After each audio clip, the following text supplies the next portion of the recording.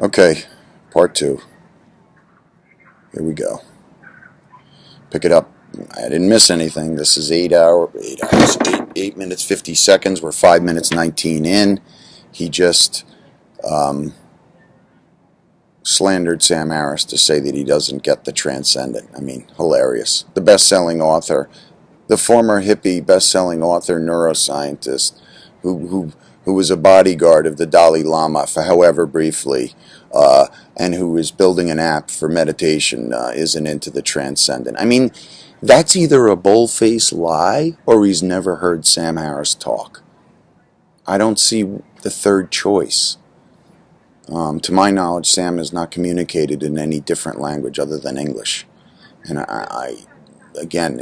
this is frustrating to listen to, because this is either pure dishonesty, ignorance, which there's no excuse for, or what? Tell me. I'd like to know. Rational pathway? What the hell is irrational about me getting exactly what I want from every one of you whenever I want it at every possible second? Why is that irrational? And how possibly is that more irrational than us cooperating so we can both have a good time of it? I don't understand that. Neither do I. It's as if the psychopathic tendency is irrational. There's nothing irrational about it. The psychopathic tendency is not irrational. Why doesn't he talk about science now?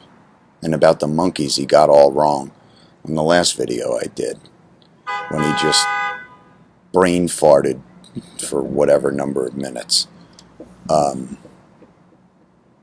Psychopathy is, if you want to say, is irrational.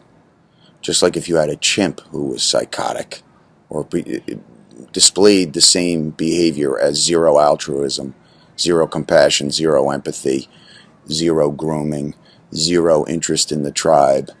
In fact, not just no interest, but a destructive force.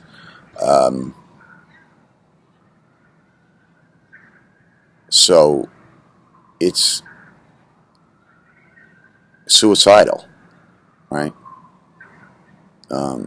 Psychopathy, in a sense, is a suicidal activity, whether it's chimps or centipedes or men. So to call it rational, you better talk for the next half fucking hour and explain that. It's pure naked self-interest. How is that irrational? I don't understand that. Where's the pathway from rationality to an egalitarian virtue? Why the hell not every man for himself and the devil take the hindmost? It's a perfectly coherent philosophy. And is that... Well, you stated it, I guess, coherently. But we already know that species don't survive, generally speaking. Let's say 98% of the time. And I'm just throwing a number out there. Evolution, that unguided, beautiful concept that you apparently don't understand, made room. I don't know how to say it. Chimps and us and centipedes and walruses had to cooperate. They had no choice. Okay? Herd mentality. Safety in numbers. Dividing up work. I mean, again, look at ants. Look at bees. Okay? What are you talking about? Okay? And what does this have to do with Sam Harris? You want to hear somebody talk about this stuff with sense and loop it into whatever he's talking about. Listen to Sam Harris, not this. Actually one that you can institute in the world with a fair bit of material success if you want to do it. So success. See, to me, I think that the universe that people like Dawkins and Harris inhabit is so intensely conditioned by mythological presuppositions that they take for granted the ethic that emerges out of that as if it's just a given, a rational given. And this, of course, precisely not Nietzsche's observation, as well as Dostoevsky's. That's Nietzsche's observation. You don't get it. The ethic that you think is normative is a consequence of its nesting inside this tremendously lengthy history, much of which was expressed in mythological formulation. You wipe that out. You don't. Who's wiping that out? Who's wiping that out? What in the world are you talking about? Sam Harris is a neuroscientist. He has a PhD in neuroscience from UCLA. Who the fuck cares? Okay. He's traveled a lot. Who the fuck cares? He's written some books. Who the fuck cares? I mean, you don't think that Sam Harris has read a few books, or me for that matter, about the vital importance of our shared backstory? What the hell are you talking about? Everything that we have that is not DNA is passed on from generation to generation. Language, math, neuroscience. I mean, tiddlywinks. I mean, this is... Now, and Dawkins is an evolutionary biologist who will speculate about what he sees in the natural world and why it's there based on evolution, pressure, lack of pressure, competition, lack of competition, vestigial organs, what does that tell us? The fossil record, which faith heads love to talk about. You don't even need it, throw it out. But they're fun, and they're cool, and they're real. And every boy loves them when he's my son's age. And I still love them, and most people still love dinosaurs. So, you don't know what you're talking about. Everything you say is contradicted in the previous video. I don't buy this, I'm coming in the middle and I just don't understand this larger point. That's bullshit. Okay? Doesn't matter who you listen to. If you understand what they're supposed to be talking about and they're speaking your language, you should be able to make some progress. I've already made this point in the previous video. So he's either lying or confused. Both gentlemen, I've I haven't read everything Dawkins has wrote. Okay, that's a lot. But I've seen every speech publicly on YouTube that he's given more than once. Literally. Okay? I've seen 200 hours of him. Whatever. Hundreds. Same with Harris. If your complaint is they don't stress the mythology memes and their role in the world today and their overarching ethic and how they affect things as big as the scientific method, well, sure, that sounds like, okay, fine. Well, let's find some other intellectuals or let's go ask those guys to talk about it. Get to keep all the presuppositions and just assume that they're rationally axiomatic. To make a rational argument, you have to start with an initial proposition. Well, the proposition that underlies Western culture is that there's a transcendent morality. Now, you could say that's a transcendent morality instantiated in the figure of God. That's fine. You could even call that a personification of the morality. If you don't want to move into a metaphysical space, I'm not arguing for the existence of God. I'm arguing that the ethic that drives our culture is predicated on the idea of God, and that you can't just take that idea away and expect the thing to remain intact mid-air without any foundational support. Now, okay. All right. I mean, that's his opinion. Okay. That's an opinion.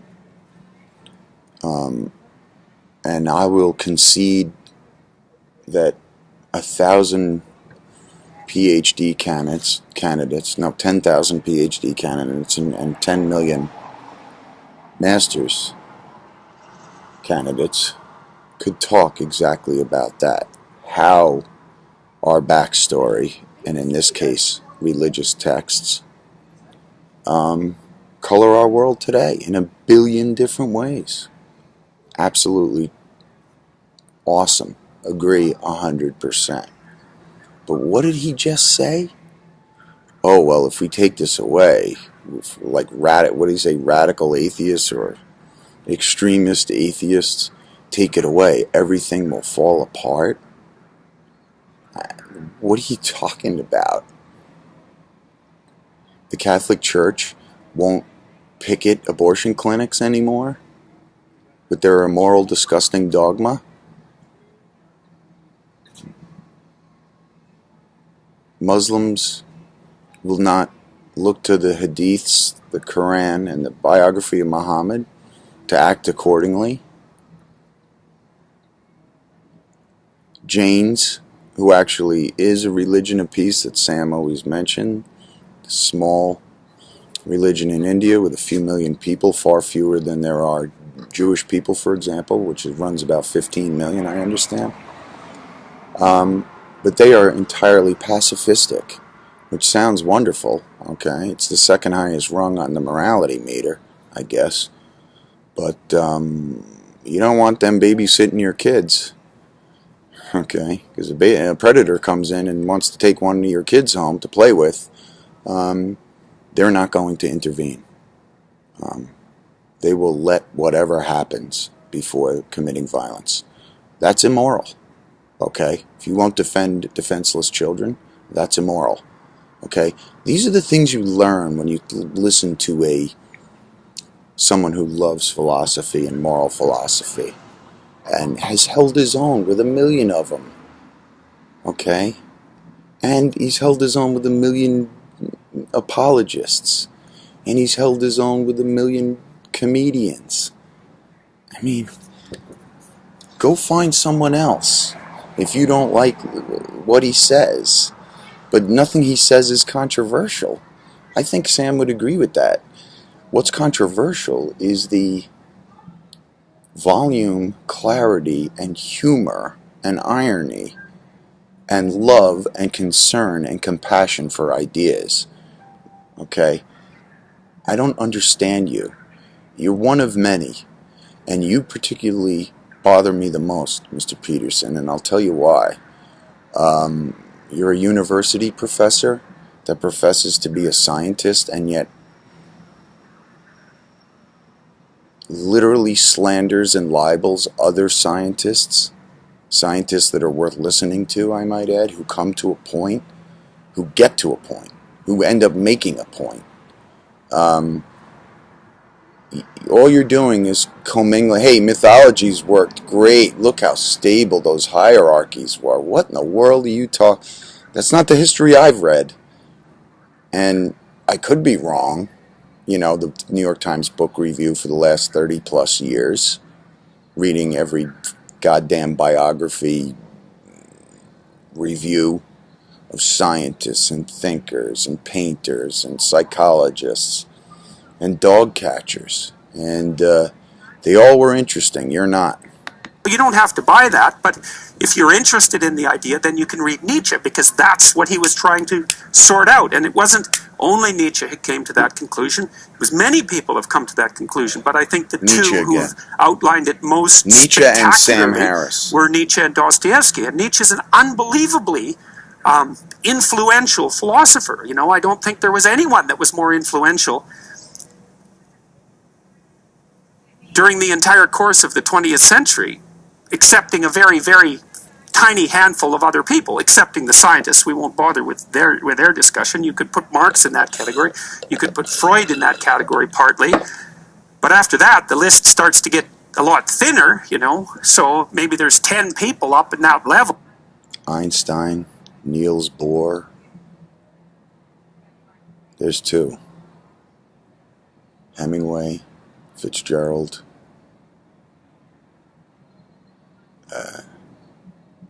God, don't get me started. There were scientists. Edwin Hubble, dude. Edwin fucking Hubble. Okay? There are people alive today, okay, who when they were born, every astronomer and everybody glancing up at the stars since the beginning of time assumed that there was only one galaxy.